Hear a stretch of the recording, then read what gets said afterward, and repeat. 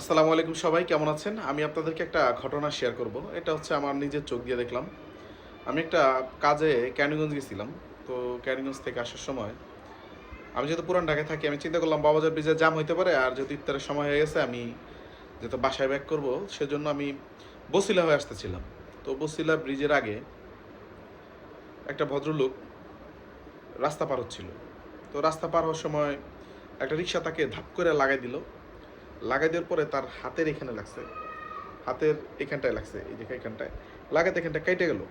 তো কেটে যাওয়ার পরে রিক্সাওয়ালা বিন্দু পরিমাণ একটু পিছিয়ে ফিরে দেখলো, বাট টানতে গেল, রক্ত পড়তেছে, আমি দেখতেছি।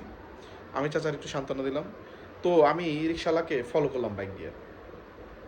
তো এটা হচ্ছে বসিলা ব্রিজের একটু আগে যে একটা মোড় থাকে, ওই মোড়ের ঘটনা। তো উনি বসিলা ব্রিজ পার হয়ে রিক্সা খুব স্পিডে চালাচ্ছে, চলে আসলো। আসার পরে যখন সে বসিলা ব্রিজটা পার হয়েছে, পার হওয়ার পরে কিন্তু সে ধাম করে তার অ্যাক্সেলটা ভেঙে গেছে। অ্যাক্সেল ভেঙে গেছে, পিছের সামনের চাকাও ভেঙে গেছে। ভেঙে যায় সে পুরো, তার এই এই জায়গাটা চলে গেছে এবং সম্ভবত হাত ভেঙে গেছে।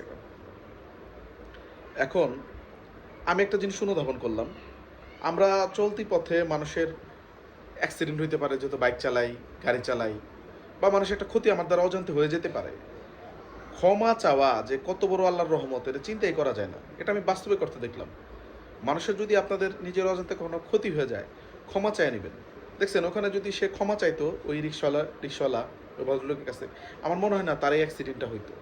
এটা আমি নিজের চোখে দেখলাম যে আসলে ক্ষমার যে একটা গুণ, ক্ষমা যে একটা রহমত স্বরূপ আমাদের প্রতি, যে কারো কাছে যদি ক্ষমা আমরা চাই, এটা রহমত হিসেবে ফিরে আসে।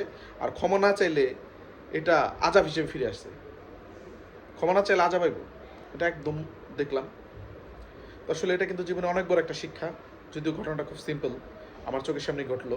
তো সবাই আসলে জীবন চলার পথে ভুলভ্রান্তি হইতেই পারে মানুষের, ক্ষমা চেয়ে নেবেন এবং নিজেকে শুদ্ধ করে জীবনটা পরিচালিত করবেন।